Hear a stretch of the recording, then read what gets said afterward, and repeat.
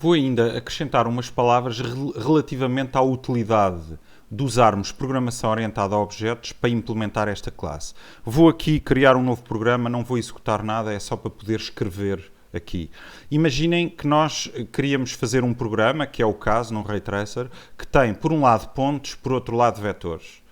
Podemos pensar na utilidade desses dois conceitos. Os pontos são os vértices de uma face triangular, o vetor poderá ser anormal a essa face triangular. E, portanto, precisamos de ambos. Precisamos de pontos e precisamos de vetores. Como é que se caracteriza um ponto? Pelas suas coordenadas, x, y, z. Portanto, eu poderia pôr aqui P igual a, por exemplo,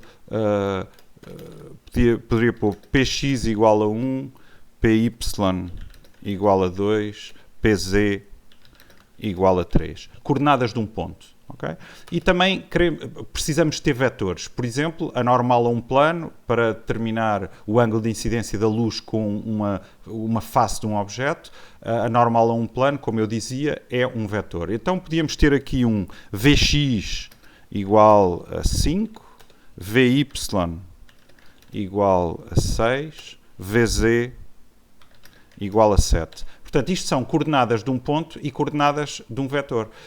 O que é que eu quero salientar aqui? Ambas as entidades, tanto os pontos como os vetores, se caracterizam com três coordenadas, num espaço a três dimensões. Portanto, eu estou aqui a exemplificar com as coordenadas x, y, z. Poderiam ser outras.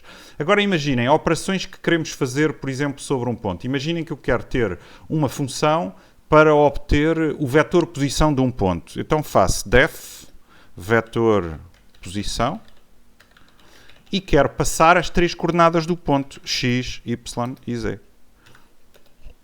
E faço qualquer coisa que não interessa agora para o caso o que é que se tem que fazer para calcular o vetor posição. E, portanto, eu poderia pôr aqui, ponho só aqui uma string. Doc igual a uma string. Ok? E agora uma operação que eu quero fazer sobre um vetor. Por exemplo, obter o comprimento de um vetor. Def comprimento. Quais são os argumentos da função comprimento? As coordenadas do vetor x, y, z. E agora também não vou implementar, e portanto podia pôr aqui qualquer coisa. X igual... X é um dos argumentos, não é boa ideia, mas podia pôr aqui... aux igual a 0, por exemplo. Okay? A implementação não interessa. Agora, o que eu queria chamar a atenção é que nada obriga a que esta função vetor posição seja usada sobre pontos e que a função comprimento seja usada sobre vetores. Porquê? Porque aquilo que temos que fornecer a estas duas funções são coordenadas x, y, z. E as coordenadas tanto podem ser de pontos como de vetores. E, portanto, poderíamos fazer tudo assim, apenas com funções, em Python, mas ficávamos aqui com uma situação ambígua em que poderíamos usar a função vetor posição para vetores, e não deve ser usada para pontos, e poderíamos usar a função comprimento para pontos. Ora, um ponto, aqui então ainda é mais escandalosa esta utilização. Um ponto não tem comprimento, portanto não faz nenhum sentido usar a função comprimento para pontos. Mas é possível, nada nos obriga a usar cada uma destas funções com o tipo de dados que está relacionado com essa função. Portanto, vetores no caso do comprimento e pontos no caso do vetor posição.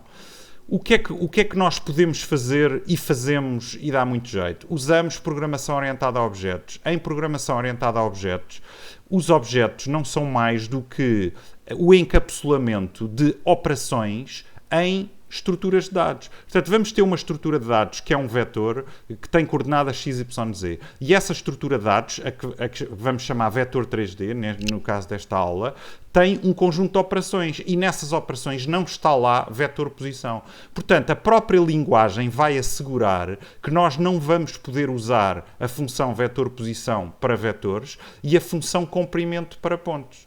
E, portanto, eram estas as palavras que eu queria acrescentar sobre o porquê de usarmos a programação orientada a objetos para fazer estas classes e quais são as vantagens que tiramos. Portanto, a grande vantagem é este encapsulamento de estruturas de dados com operações. Ficamos obrigados pela linguagem de programação a usar só um determinado tipo de operações com aquelas estruturas de dados. Portanto, só vamos conseguir usar operações de vetores sobre a estrutura de dados que representam um vetor. Não vamos conseguir aqui fazer trocas que dariam resultados errados, porque não faria sentido, não é? Já dei o exemplo de qual é o comprimento de um ponto. Um ponto não tem comprimento. E pronto, portanto, era esta a ideia que eu queria também acrescentar. Uma nota final. Porque é que vamos implementar primeiro vetores e só depois pontos?